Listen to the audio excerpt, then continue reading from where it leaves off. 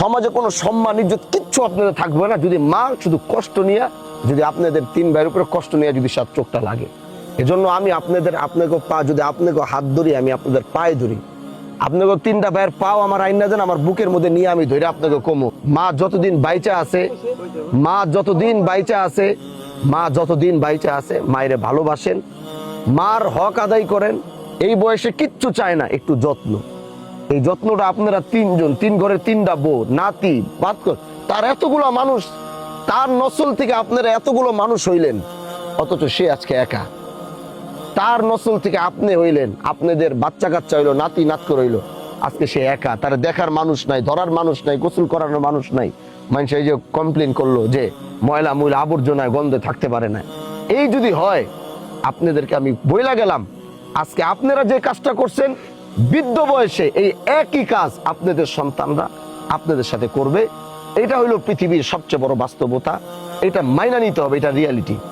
এজন্য মারে যদি এখন একটু খেদমত করতে পারেন, সন্তানদের থেকে এটা পাবেন, সন্তানরা এটা আপনাদের জন্য করবে। এজন্য মার বিষয়টা আবেগের জায়গা, ভালোবাসার জায়গা। এটা চাপায়া দেওয়ার জিনিস না যে আপনি এতটুকু করবেন, আপনি এতটুকু করবেন, আপনি এতটুকু করবেন। তারপরে উনি যেহেতু মায়ের কাছ থেকে এত বড় একটা সম্পত্তি উনি নিয়ে নিছেন, এখনো যদি চাই আমরা যে মায়ের এটাকে ফেরত আনা, এটা কিন্তু সম্ভব, কারণ তিনি বাইচা আছে। কিন্তু আমরা এই জিনিসটা করলাম না।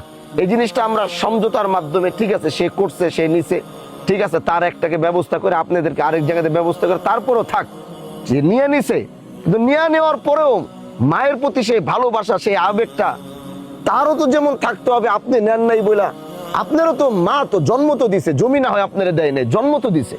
আজকে জন্ম দিছে বলেই তো বড় হয়েছেন, বাচ্চা কাচ্চা হয়েছে, হাত পা হয়েছে, কিছু একটা করছেন। আসমান জমিন দুনিয়ার সব আল্লাহ দেখার তৌফিক। শোনেন আমার কথা, শোনেন, এটা আজকে জন্ম দিছে বলে তো আসতে পারছেন, দুনিয়াদারি দেখছেন, ভালো মন্দ পারছেন। উনি জন্মই যদি না দিত, পেটের থেকে বাইরে আর একটা ওষুধ খাইয়ে যদি পেটের মধ্যে মাইরা ফেলাইতো, তাহলে তো পৃথিবী দেখতেন না মিয়া, এই পৃথিবী তো আপনারা দেখতেন না। মা তো পেটে রাখছে 9 মাস 10 মাস তো কষ্ট করছে। এই কষ্টর বদৌলত কি এটা যে সে এইভাবে পইরা থাকবে, একাকিত্ব অবস্থায় পইরা থাকবে, ময়লা আবর্জনায় পইরা থাকবে? এটার নাম কি মা? আমরা তো মারে মাথায় পারলে মন চায় যে মারে মাথায় নিয়ে সারাদিন মায়ের মাথায় নিয়ে ঘুরি, মার পাউডা যেন জমিনে না লাগে, আমরা এটা চাই। আর আপনারা এই 3টা ভাই মাটা এইভাবে কিভাবে ফালায় রাখেন? এই জন্য আমি আপনারা বলি, আমরা চাইলে পারতাম আপনার মার জমিটা এখন ফেরত দিয়ে আবার আনতে, আমরা সেটা করি নাই। কিন্তু আপনি এটা বুঝতে হবে যে আপনার মার হক, আপনার মার দায়িত্ব জায়গা জমিনের জন্য না। মার শব্দের পর আর কোনো শব্দই থাকে না। জায়গা জমির জন্য তারা ভালোবাসতে হবে না, জায়গা নিচে বলে তারা খাওয়াইতে হবে, বিষয়টা এরকম না। ওইটা মনের জায়গা, ওটা সন্তানের দিলের অবস্থা মায়ের প্রতি।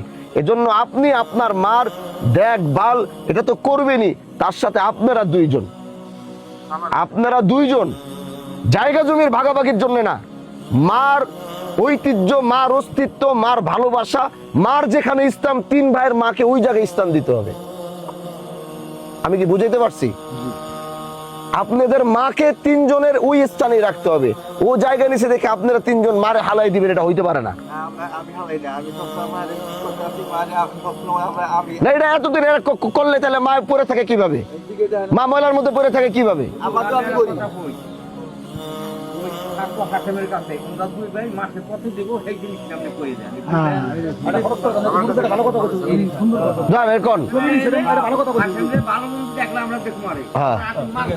আপনি কোন চলো মিয়া কোন, আপনি সামাদ মিয়া কোন?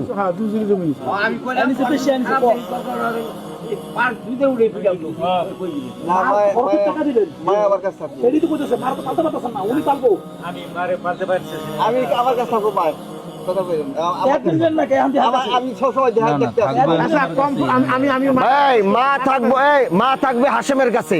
আমার কথা শুনেন, মা আপনার কাছেও থাকবে না, আপনার কাছে থাকবে না, মা থাকবে হাশেমের। হাশেম যদি ওর দায়িত্ব নিভাইতে না পারে, তারপরে কার কাছে দেওয়া যায় আমরা আলোচনা সাপেক্ষে দেখবো। আমরা প্রথমবার হাশেম কাছে দিয়ে দিতেছি, হাশেম যদি ব্যর্থ হয় তারপরে কার কাছে দিতে হবে সেটা আমরা করব।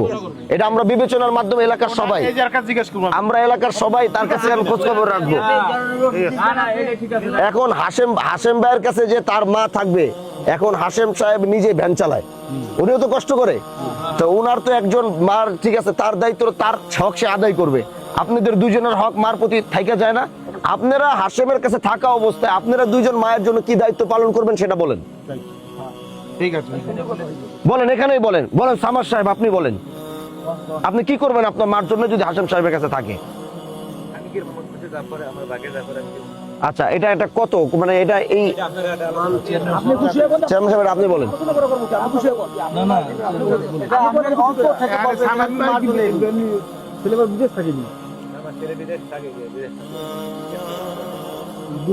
দুই জনে মারে 2,500 টাকা দিয়ে দিই।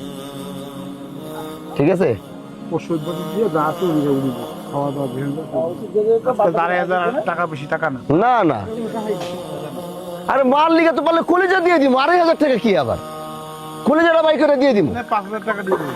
কলিজা বাই করে দিয়ে দিব। হাসেম তো কইছে এই কথা, আজকে হাসেমের কথা তো আমি খেয়ে দিচ্ছি। ও বলছে যে আমি পারবো। এই বড় মিয়া সাহেব, কথা বুঝতে পারছেন? 2,500 টাকা আর আপনি 2,500, দুইজনে মাসে 5 তারিখের মধ্যে দুইজনে এই 5,000 টাকা দিয়ে দিবেন। এই 2,500 দুজন দেওয়ার পরে আপনার ভাগেরটা আপনি দিয়ে, মায়ের যেন 1% কমতি যেন না থাকে। মায়ের ওষুধের কমতি, মায়ের জায়গার পরিবেশ, খাট দুয়ারের মধ্যে কোনো কিছু যেন কমতি না থাকে। আপনি যদি ব্যর্থ হবেন তাহলে পরবর্তীতে আমরা আলোচনা করব, কিন্তু আমার মনে হয় যে আপনি মায়ের জায়গার দায়িত্বে ব্যর্থ হবেন না, এটা আমার বিশ্বাস। এজন্য সমাজ সামনে, মুরব্বীদের সবার সামনে আপনার কাছে আপনার মারে আমরা বুঝাই দিয়ে গেলাম। এখন আপনি ওই 3 ভাইরে নিয়ে আমার না ছাড়া হইব না, আসেন এই 3 ভাই উঠেন। এই 3 ভাই আহেন আমার কাছে। সামার সাহেব এদিকে দাঁড়ান, এদিকে আসেন। শোনেন 3টা ভাই, আল্লাহ কখন ডাক দিব আপনাকে আগে আমিও যেতে পারি, কিন্তু আপনারা কোন সময় যাবেন গিয়া, কে আগে যাবো কিচ্ছু জানি না। হয় আপনি বয়সে বড় দেখে হাসেম আগে যেতে পারে, নাহলে সামাদ ভাই আগে যাবো, যে কোনো একজন যাবো গিয়া। কারটা আল্লাহ আগে রাখছে জানি না। শেষ বয়সে জীবনের ওই শৈশব কালগুলা মনে কইরা ভাই এই দ্বন্দ্ব তো আগে ছিল না। যখন আপনারা ছোট ছিলেন তখন তো এই দ্বন্দ্বগুলো ছিল না। এই বয়সে আইসা আপনাদের আমি অনুরোধ করি, এই 3টা ভাই আসেন, হাতটা দেন আমার কাছে। এই 3টা ভাই দেন। আজকে থেকে এই 3 ভাইরে যে এক কাতারে রাইখা গেলাম, আল্লাহর দিকে তাকায়া। আমি সব সময় আছি, কিন্তু ওরা আমার মানে না। মানবে, এখন মানবে, আসেন ইনশাআল্লাহ। তুমি বড় ভাইরে বাবার জায়গায় রাখবে, ঠিক আছে? সমস্যা হলে আমার বলবে, আমি যদি না যাই তাহলে বড় ভাই না সামাদ ভাই, আপনার বড় ভাই না? বড় ভাইরে বাবার জায়গায় রাখবে। আজকের পর আর ভাই কোনো জ্ঞান করবেন না, ঠিক আছে? আহেন এদিকে, আহেন 3 জন একসাথে আহেন, ঠিক আছে? ইনশাআল্লাহ না, আপনি বড় ভাইয়ের জায়গায় রাখবেন। আজকে কোনো অভিযোগ দরকার নেই, আমারে কইবেন, আমি সমাধান করবো। তাও আপনারা 3 ভাই মিল মহব্বতের সাথে থাকবেন, ঠিক আছে? ইনশাআল্লাহ। সামাদ সাহেব কি বলছে? ইনশাআল্লাহ, ঠিক আছে?